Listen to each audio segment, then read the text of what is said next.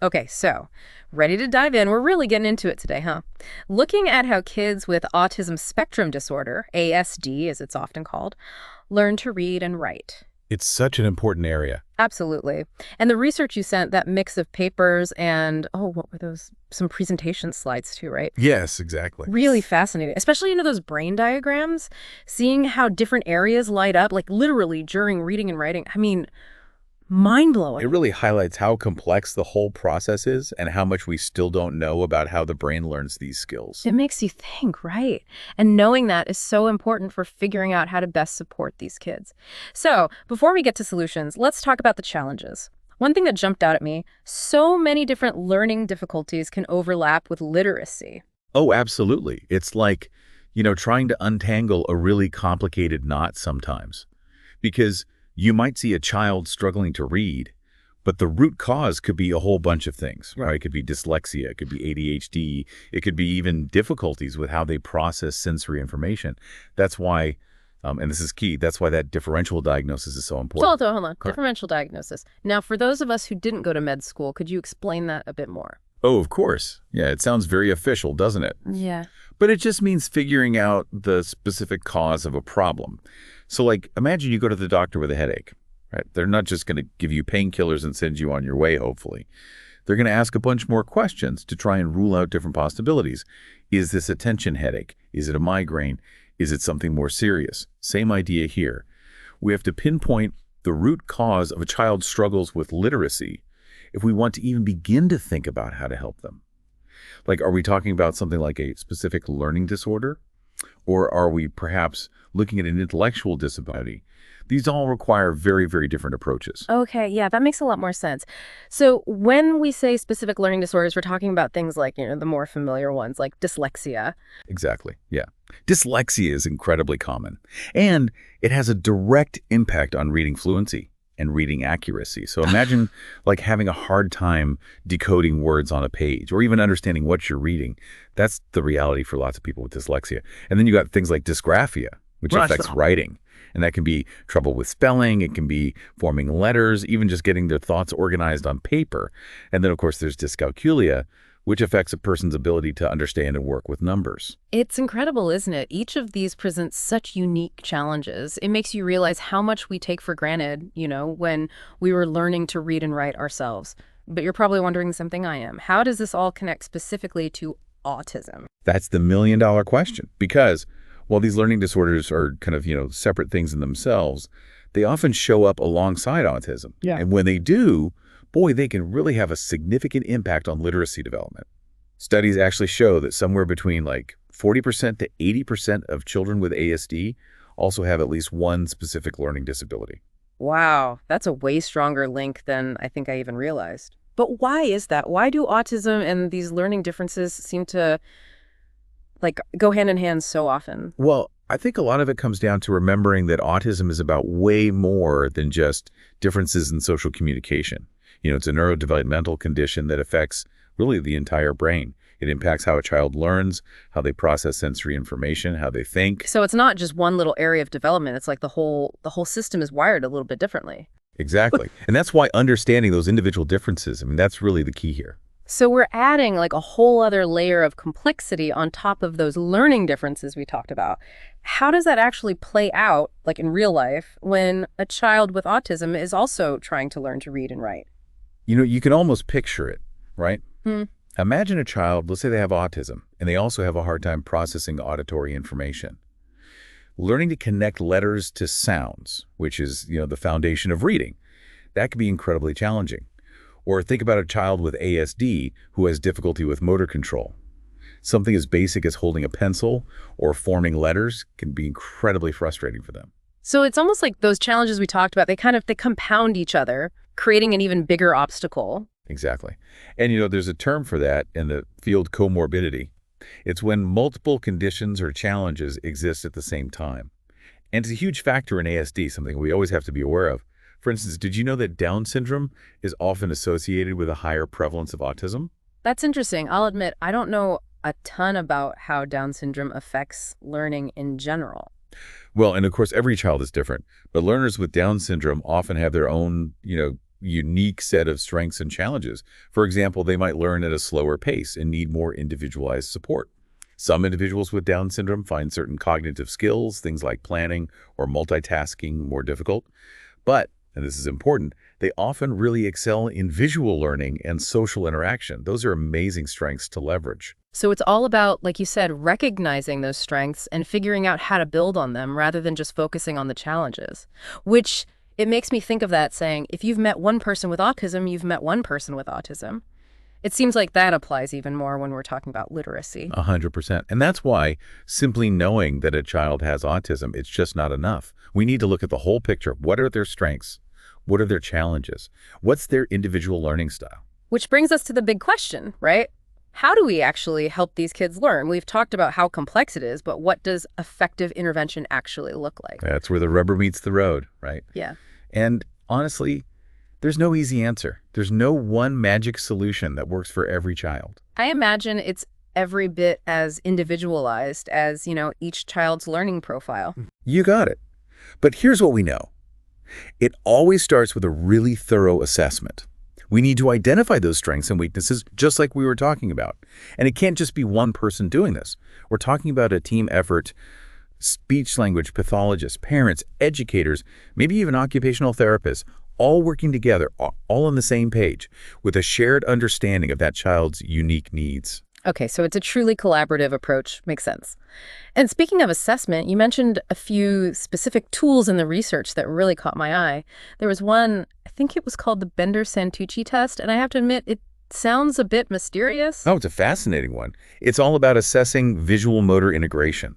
Basically, it looks at the connection between what a child sees and how they're able to, reproduce it. Okay, so like the bridge between their visual perception and their motor skills. Exactly. It can tell us a lot about things like their fine motor control, their spatial awareness, their ability to copy shapes and patterns, all skills that are super important for writing. Wow. It's amazing how much we can learn from these assessments. Like we're gathering all the puzzle pieces, right, before we can even start trying to put them together.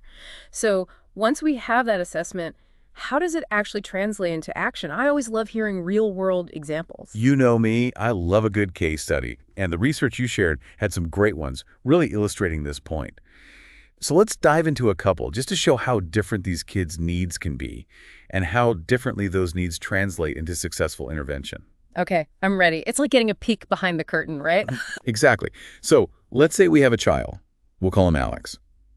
His assessment shows that he's having a really hard time with expressive language and spatial reasoning, both pretty common in ASD.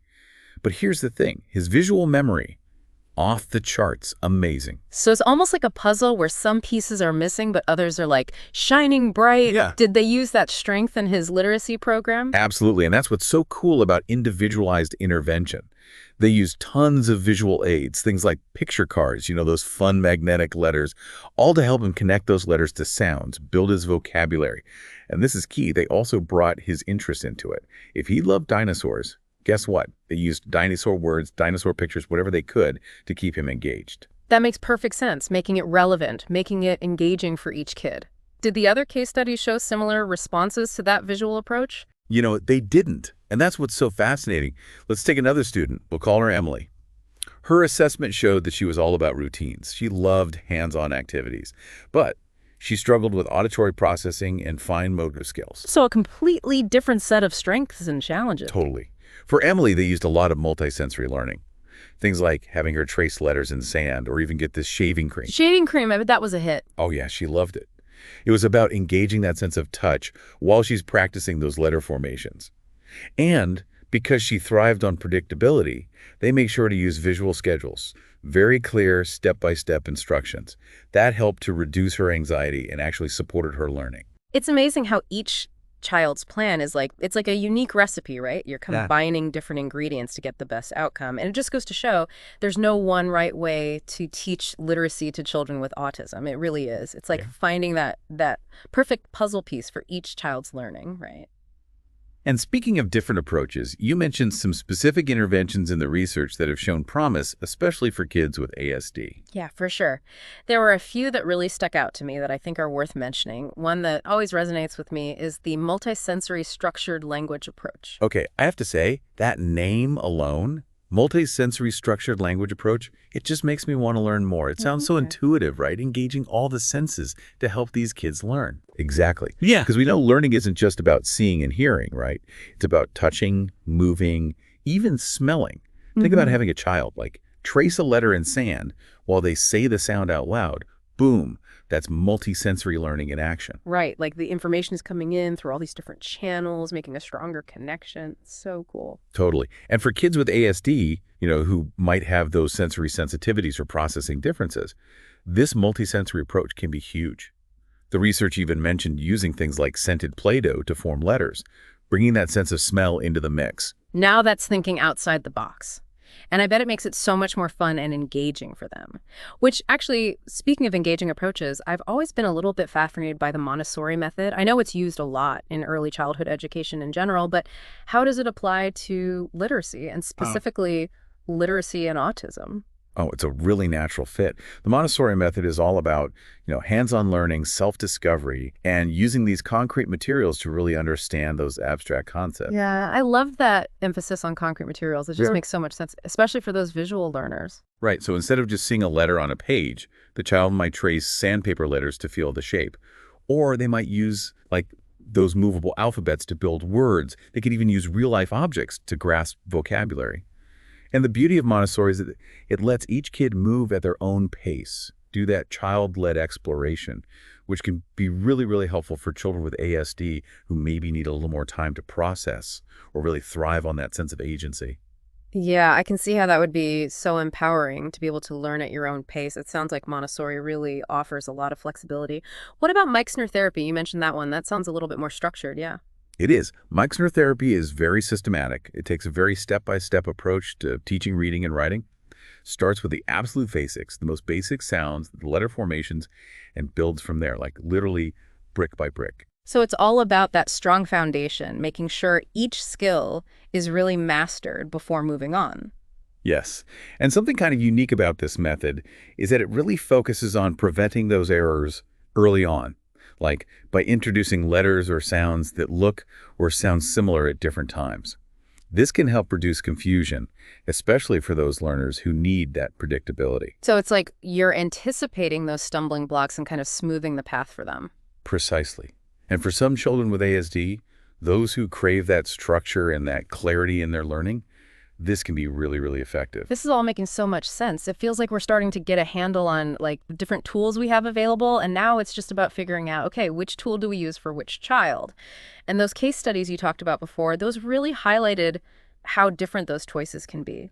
Absolutely. It's not one size fits all. It's about observing, assessing, and then being really thoughtful about creating an approach that really truly meets that child's unique needs and their learning style. Speaking of specific strategies, there was one slide in the research that really caught my eye. It was titled, and bear with my pronunciation here, but I think it was Strategie de inviare a scristitului. What were some of the takeaways from that slide? Ah, yes. That slide gave a great breakdown of the literacy development process, especially when it comes to writing. It emphasized that starting point of pre-writing skills, things we often don't even think about as skills, scribbling, coloring, tracing shapes, all those things that really lay the groundwork. Which we kind of forget about, right? Yeah. But they're so important. They're the foundation for everything else. Exactly. And then from there, the research talked about the importance of a really gradual progression, moving from tracing letters to copying them, and then finally writing them from dictation. Yeah. One thing I found really fascinating, they emphasized using all different kinds of writing tools and mediums too. Oh, tell me more about that. That caught my eye as well. They talked about using everything from, our typical paper and pencils to chalkboards, even writing on the asphalt. Writing on asphalt. I love that. That's what I'm talking about. Getting those kids outside, letting them get a little messy. It's learning, but it's fun too. Right. Making it engaging, showing them that literacy isn't just this thing you do at a desk. It can happen anywhere with anything. This has been such a fascinating deep dive. I think if there's one big takeaway, it's that understanding how complex literacy challenges are in ASD, it's really just the beginning. It's about moving beyond those labels, recognizing that each child learns differently, each child has their own unique strengths. Couldn't agree more. And it really makes you think, how can we as educators, as therapists, as parents, how can we do a better job of tailoring our instruction to that diversity? How do we empower every single child to reach their full potential in literacy? Those are some really important questions, questions we should all be asking ourselves. Early intervention, personalized support, and a healthy dose of creativity. I think those are key. This deep dive has given me so much to think about, and I hope you feel the same way.